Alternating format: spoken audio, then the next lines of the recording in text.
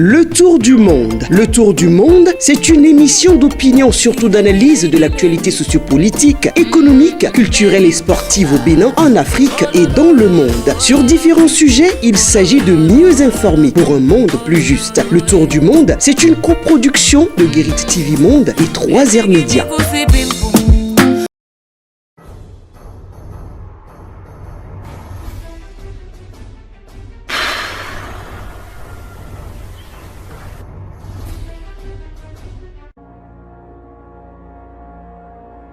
Mardi 5 juillet 2022, fidèles internautes de Guérit TV Monde, merci pour votre fidélité à tout d'horizon. Bonjour et bienvenue. Le bulletin d'information. Le samedi 9 juillet prochain, les musulmans du monde entier vont célébrer la fête de la Tabaski, encore appelée fête du mouton. Quelle importance revêt cette célébration pour la communauté musulmane? Suivons cet élément pour mieux comprendre. La fête de Tabaski est la grande fête chez les musulmans. C'est une fête qu'on égorge des moutons pour remerciement à Allah subhanahu wa ta'ala qui nous a fait durant toute l'année. Comme le Coran nous a recommandé, parce que c'est un événement qu'on ne peut jamais oublier, comme Dieu a fait remplacer un mouton par l'égorgement de l'enfant d'Abraham qui est Ismaïl. Donc c'est depuis ce temps que ça a devenu une fête chez les musulmans. Le musulman se prépare pour acheter un mouton, deux moutons selon sa force. Et ce mouton doit être un mouton complet qui n'est pas cassé de cornes et du pied, des quatre pattes et qui ne doit pas couper des nez. Un mouton complet qui n'a pas de défaut.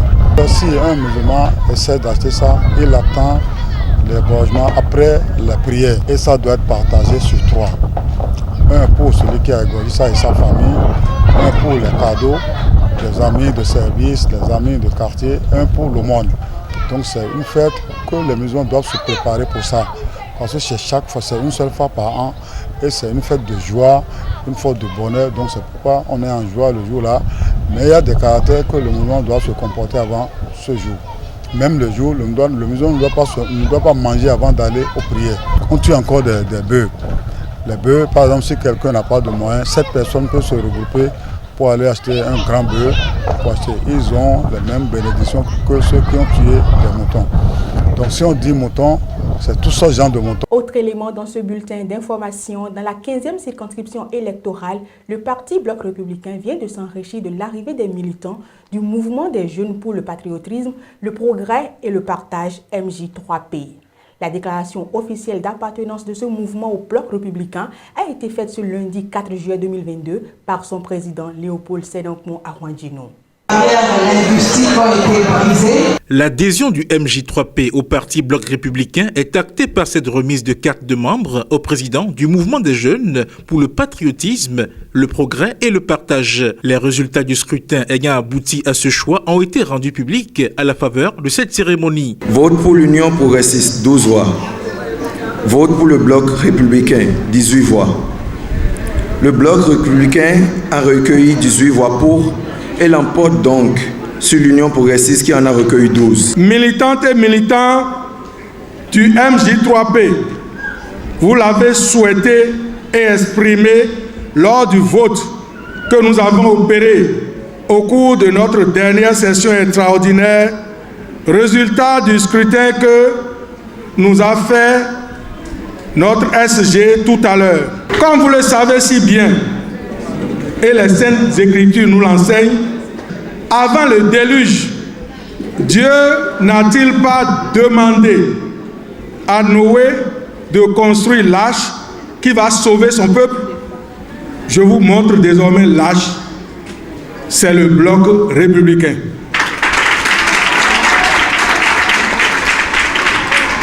Je voudrais vous demander une adhésion totale. Faites de chacune de vos familles, vos belles familles, vos quartiers, faites de ces entités des cellules du Bloc républicain. Au nom du secrétaire général national du Bloc républicain, le député BR de la 15e circonscription électorale a souhaité la bienvenue à la nouvelle recrue.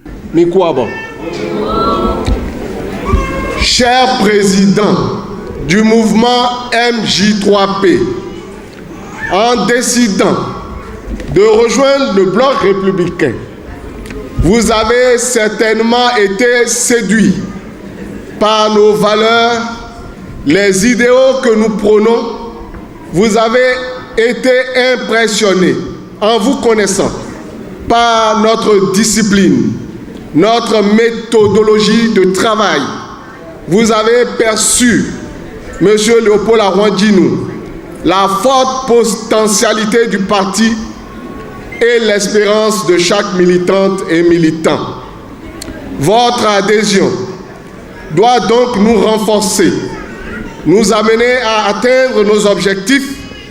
Elle doit booster le parti Bloc républicain et non l'affaiblir. Nous comptons sur vous pour maintenir la cohésion et pour remporter de grandes victoires pour le parti. Donc, nous sommes fiers d'être républicains et nous aspirons à être plus grands avec votre arrivée et que l'adhésion de ce soir, ce n'est pas seulement l'adhésion de M. Léopold, c'est l'adhésion de toutes ces braves dames qui sont derrière, que je vous prie d'applaudir s'il vous plaît. À quelques mois des élections législatives de 2023, le parti Bloc républicain voit l'effectif de ses membres augmenter.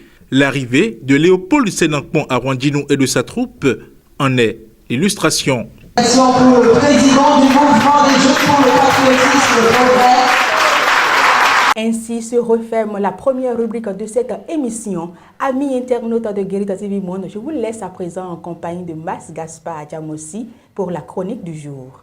Enseignement au Bénin, les travaux des examens de fin d'année et le rançonnement. Il n'est plus un secret pour personne au Bénin que la période des examens de fin d'année est une période où on observe du côté du système éducatif des choses très peu catholiques. Les examens de fin d'année, à savoir le CEP, certificat d'études primaires, le BEPC, brevet d'études du premier cycle et le baccalauréat pour les plus connus, et bien d'autres examens donnent lieu à des travaux, à savoir la surveillance des candidats, la correction des copies, le secrétariat et j'en passe. Et ces travaux nécessitent souvent le choix ou la sélection des enseignants chargés de les exécuter. Même si le choix de ces enseignants respecte en principe un certain nombre de critères, le constat qui se fait sur le terrain et dans la réalité est que ces critères sont généralement bafoués. En lieu et place des critères de performance, de compétence, d'objectivité, c'est le copinage, le népotisme, le favoritisme, la promesse de prébande qui deviennent parfois les critères ayant pignon sur rue. Selon la dénonciation de certains enseignants du primaire par exemple, on laisse à la maison les doyens,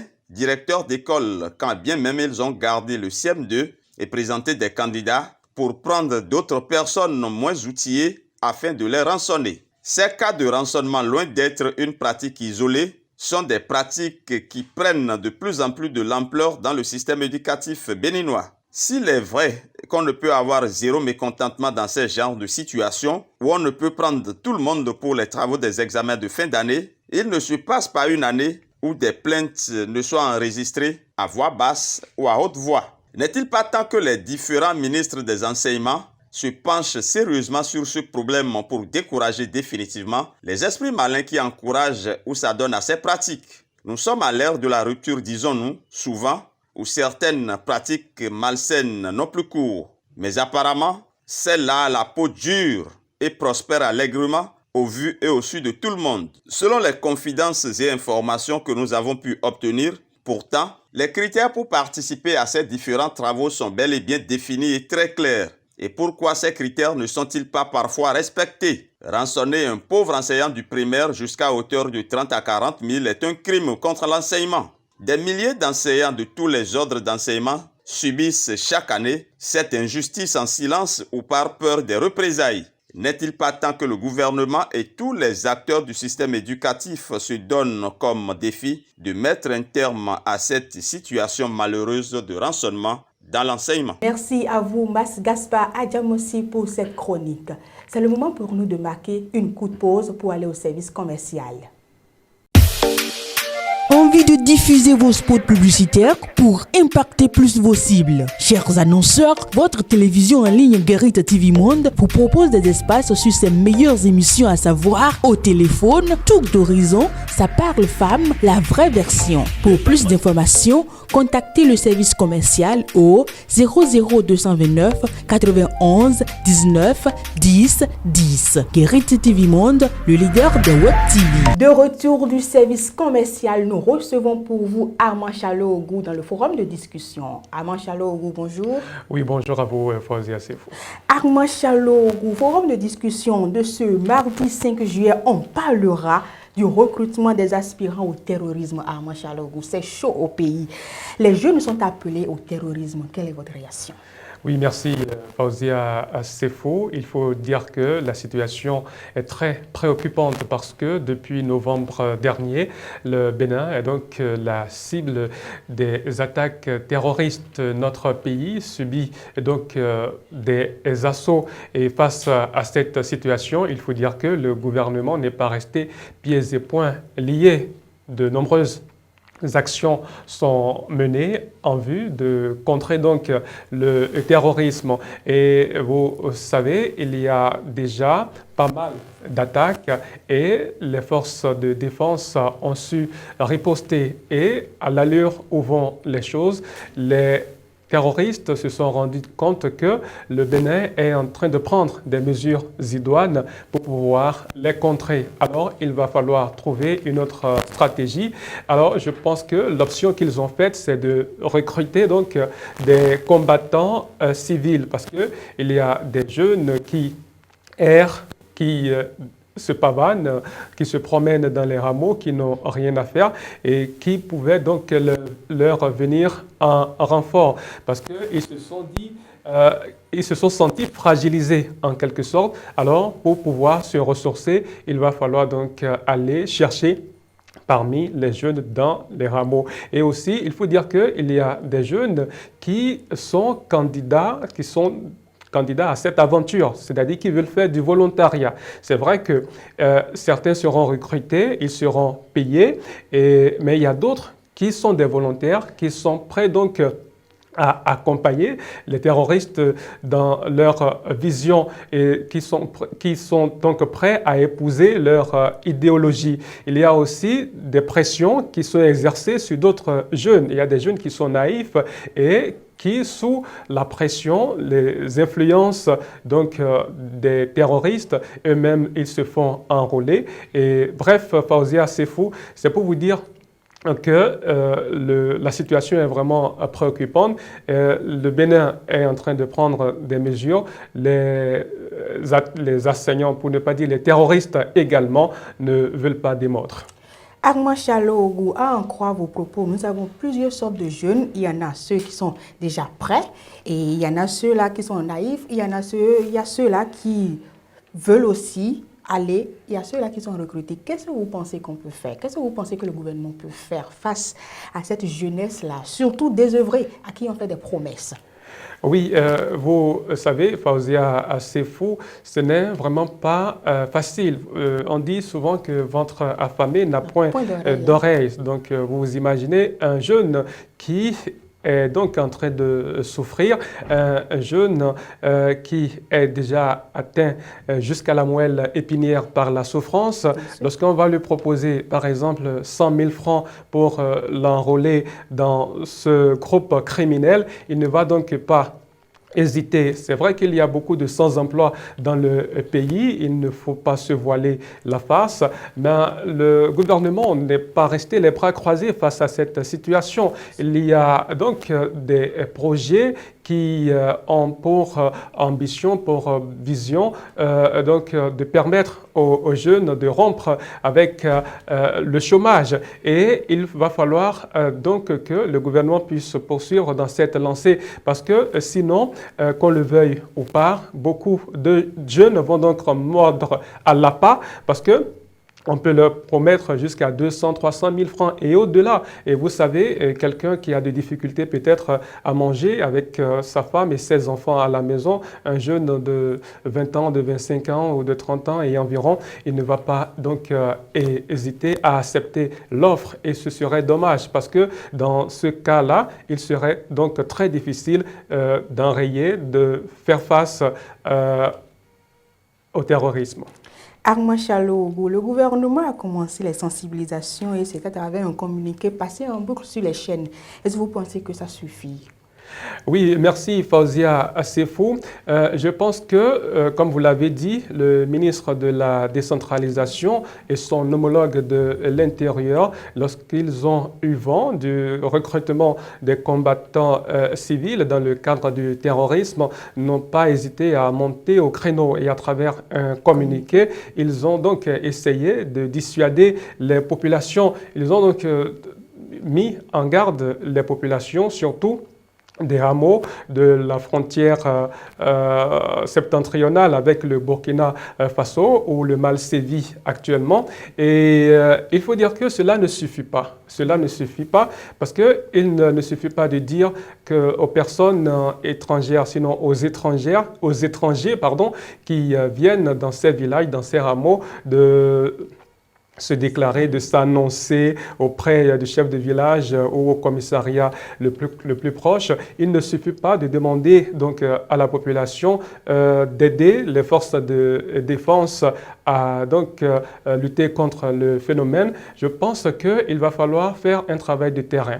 Il va falloir faire un travail de terrain et un travail très discret. Je pense que nous n'apprenons rien à notre gouvernement parce qu'à la tête du pays, il y a des hommes avertis. Et quand même, il va falloir donc aller au contact de la population, leur expliquer donc la gravité de la situation et leur demander d'être très vigilants, de leur faire part aussi des stratégies pour pouvoir leur permettre d'identifier ces personnes-là qui constituent une menace pour la sécurité dans notre pays. Je pense qu'il va falloir faire tout ce travail pour pouvoir venir à bout donc, des attaques terroristes. Et ces derniers jours, vous savez, le gouvernement est véritablement en action. Le gouvernement a fait d'une priorité la lutte contre le terrorisme. C'est vrai qu'il ne va pas dévoiler ses stratégies, mais nous souhaitons que véritablement, ça soit des mesures drastiques qui puissent véritablement endiguer ce phénomène. Armand Chalogo, forum de discussion de ce mardi, c'est terminé. Vous avez un mot pour conclure? Je pense, Fauzia Assefou, comme vous l'avez dit, le thème de cette rubrique aujourd'hui, c'est bien le recrutement d'aspirants au terrorisme. C'est vrai, le gouvernement a parlé de combattants civils. Vivement que le Bénin puisse donc venir à bout de ces attaques terroristes. C'est tout ce que je dirais pour conclure. Merci à vous, Armand Chalogo. À demain si tout va bien. À demain. Instant humour sur Tour d'Horizon. Recevez chez vous la vidéo du jour. I feel sweet. Ah, really? Big boy madman. Profitez de me faire gay. Mon wa kan ra fún mi náà ra fún wọ́n gé ṣeré. Ayé ti bẹ́ o. Big boy madman. Life is sweet. Gbádùn ẹ̀mí ẹ. Life is sweet. Life is sweet. C'est terminé pour aujourd'hui. Merci de nous avoir suivis. À demain.